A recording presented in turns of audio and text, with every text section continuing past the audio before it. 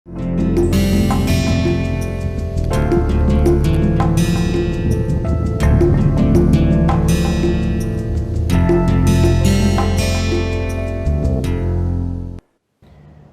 तक हम individual demand की बात कर रहे थे। इंडिविजुअल का मतलब व्यक्ति विशेष नहीं है।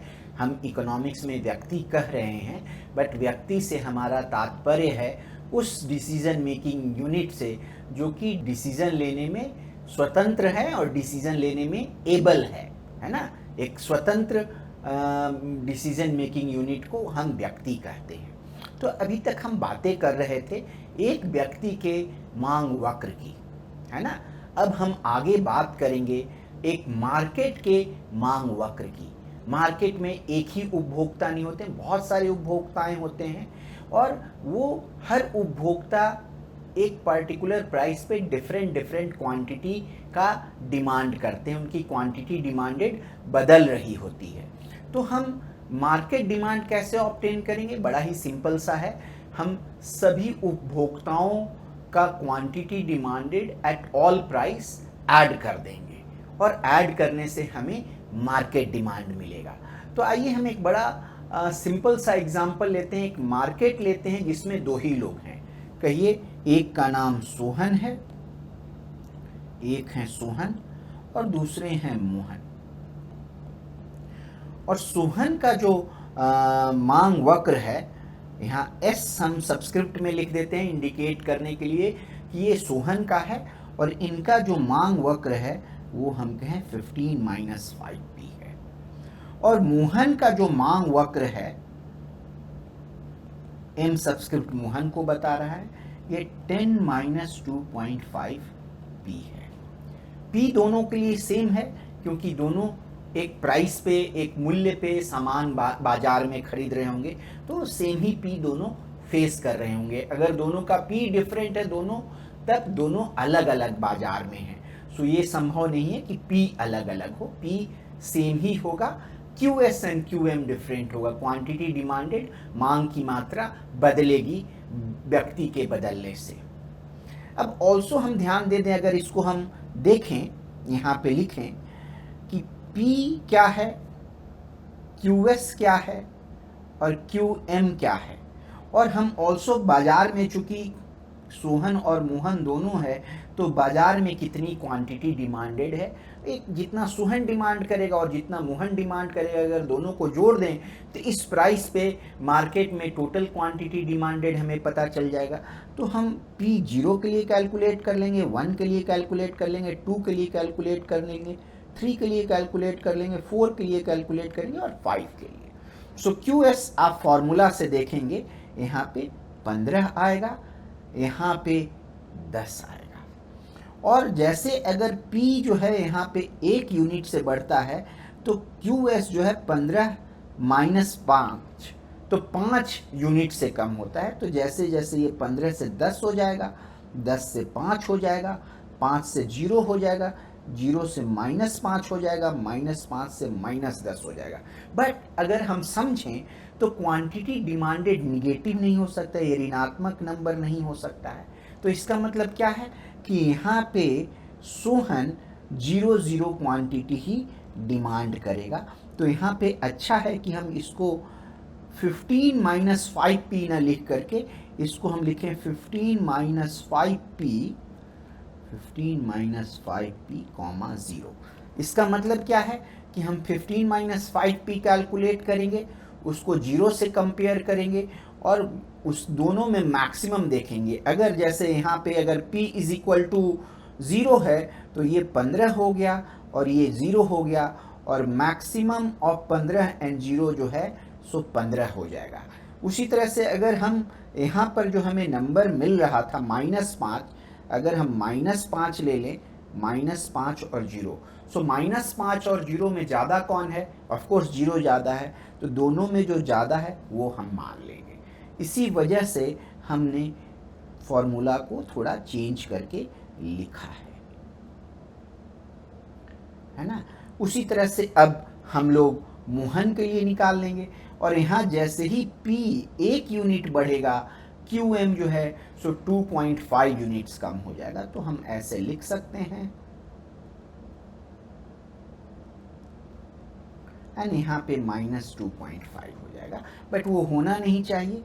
इसकी जगह पे हम लोग 0 लिख सकते हैं और यहाँ पे भी हम कर दे सकते हैं मैक्स 10 - 2.5p, 0, सेम लॉजिक लगेगा। अब हम टोटल क्वांटिटी डिमांडेड एक प्राइस पे निकालना चाहते हैं, तो सीधे इस नंबर को इस नंबर से जोड़ देंगे, QS को QM से जोड़ देंगे और हमें टोटल क्वांटिटी डिमांडेड, मांगी गई मात्रा बाजार में हमें पता चल जाएगा। तो यहाँ पे 15 और 10 25 होगा, ये 17.5 होगा, ये 10 होगा, ये 2.5 होगा, ये 0 होगा, ये 0 होगा। तो आइए हम ग्राफ ड्रॉ करके देखें ये कैसे होता है। पहले हम एक्सिस ले लें, यहाँ पे हम लोग QS लेंगे जो कि सोहन की क्वांटिटी डिमांडेड बताएगी।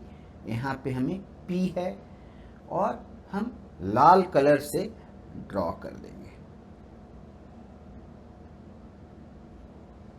ये हमें मिलेगा 15 यहाँ पे और यहाँ पे 3। उसी तरह से हम मोहन के लिए ड्रॉ करेंगे।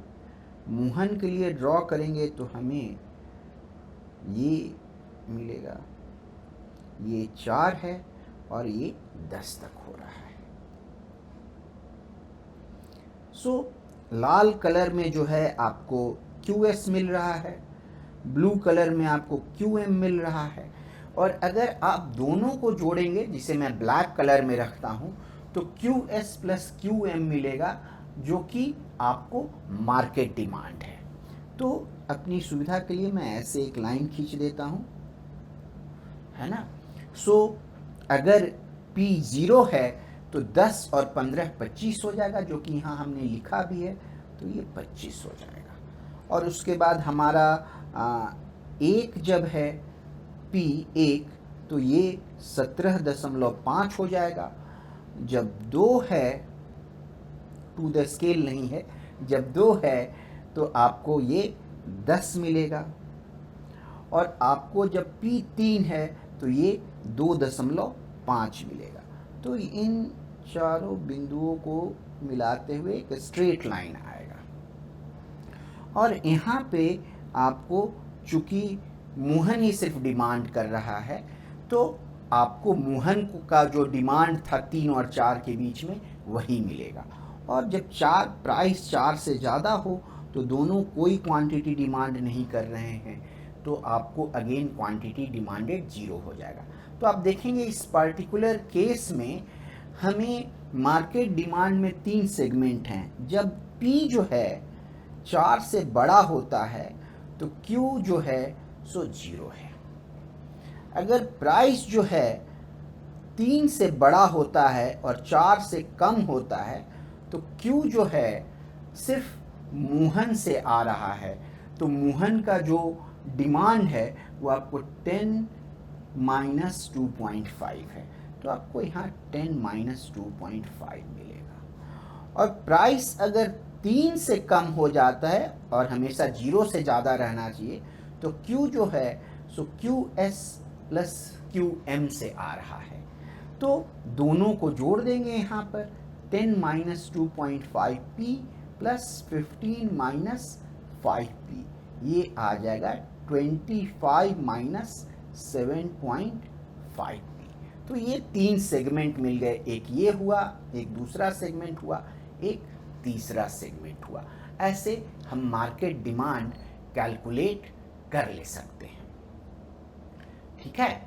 नाउ अगर हम अब आगे बात करें कि भाई बाजार में कभी कभी ज़्यादा लोग भी हो सकते हैं।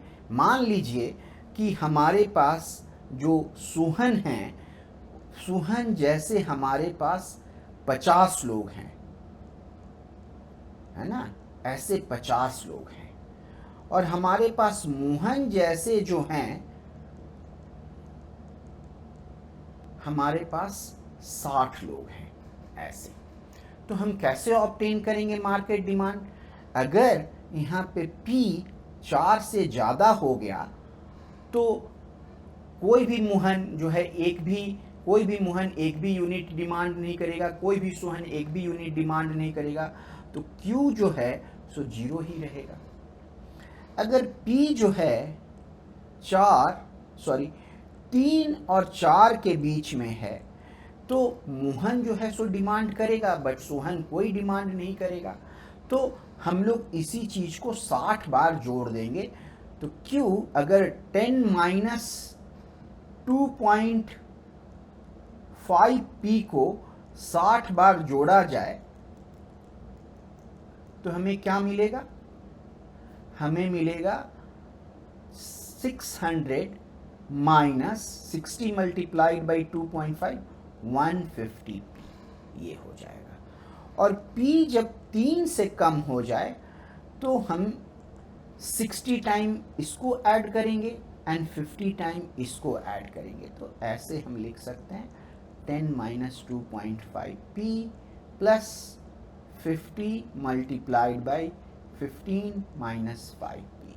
ये हो गया आपको 600 माइनस 150P और ये हो गया 750 माइनस 250P और ये हो गया 1350 माइनस 400P। तो अगेन हमें 3 सेगमेंट मिल जाएंगे। एक सेगमेंट यहाँ हुआ, दूसरा सेगमेंट ये हुआ और तीसरा सेगमेंट ये हुआ।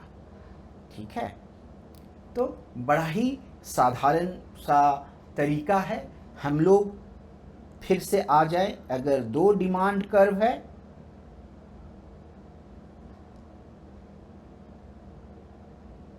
तो हम लोग इसको हॉरिजॉन्टली, चूंकि यहाँ पे सारा 0 है तो हॉरिजॉन्टली जोड़ने में भी 0 आएगा। इस जोन में सिर्फ ये ब्लू पार्ट है, ये पार्ट अभी भी काला है, इसको लाल से ले लें तो ये आएगा। और इस पार्ट के लिए हम इस कर्व में इस कर्व को जोड़ दें तो हमें कुछ ऐसी चीजें मिल जाएंगी।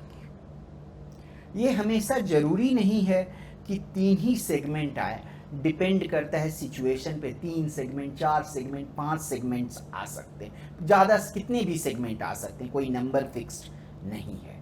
तो ये बड़ा इम्पॉर्टेंट है, कुछ हम अभ्यास कर लें, उससे हम इन चीज़ों को अच्छी तरीके से समझ जाएं। अब हम आगे देखते हैं कि वो कौन कौन से फैक्टर्स होते हैं जो कि मार्केट डिमांड को, बाजार मांग तालिका को, बाजार मांग वक्र को अफेक्टेड करते हैं। तो जैसा कि हमने पहले भी पढ़ा है कि अगर एक इंडिविजुअल डिमांड को सब्स्टिट्यूट, स्थानापन्न गुड एंड पूरक गुड का प्राइस जो है अफेक्ट करेगा तो मार्केट डिमांड को भी करेगा, बड़ा ही स्वाभाविक सी बात है। दूसरी कौन सी चीज करेगी? हमने टेस्ट एंड प्रेफरेंस की बात की थी, वो भी यहाँ पे अफेक्ट करेगा क्योंकि इंडिविजुअल डिमांड को कर रहा है। हमने बात किया था एक्सपेक्टेशंस की, फ्यूचर जो है ना, एक्सपेक्टेशन भी जो है सो हमें एक्सपेक्टेशन, संभावना, वो भी बाजार के मांग को इफेक्ट करेगा। और हम एक मिस कर गए थे, इनकम, वो भी बाजार के मांग को प्रभावित करेगा। कोई ऐसा फैक्टर है जो कि बाजार के मांग को प्रभावित करे बट इंडिविजुअल मांग को नहीं? अगर आप सोचें तो एक ऐसा फैक्टर है जिसको हम पॉपुलेशन, हिंदी में जनसंख्या क्या कह सकते हैं। जनसंख्या ज़्यादा होने से क्या होगा? मार्केट में ज़्यादा लोग होंगे।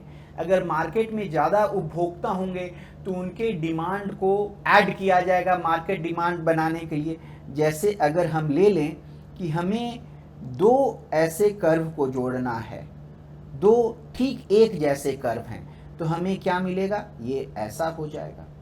लेकिन अगर हमें इसे 3 बार जोड़ना है तो ये ऐसा हो जाएगा, है कि नहीं? ये मान लीजिए फॉर एग्जांपल 10 है, 2 बार जोड़ने पे ये 20 हो जाएगा, 3 बार जोड़ने पे 30 हो जाएगा। तो ये बड़ी ही स्वाभाविक बात है कि जैसे जैसे संख्या बढ़ेगा वैसे वैसे हमारा मार्केट डिमांड फंक्शन चेंज होता जाएगा। तो हमें ये एडिशनल फैक्टर भी है जो कि बाजार के मांग को प्रभावित करता है बट इंडिविजुअल मांग को प्रभावित नहीं करता है।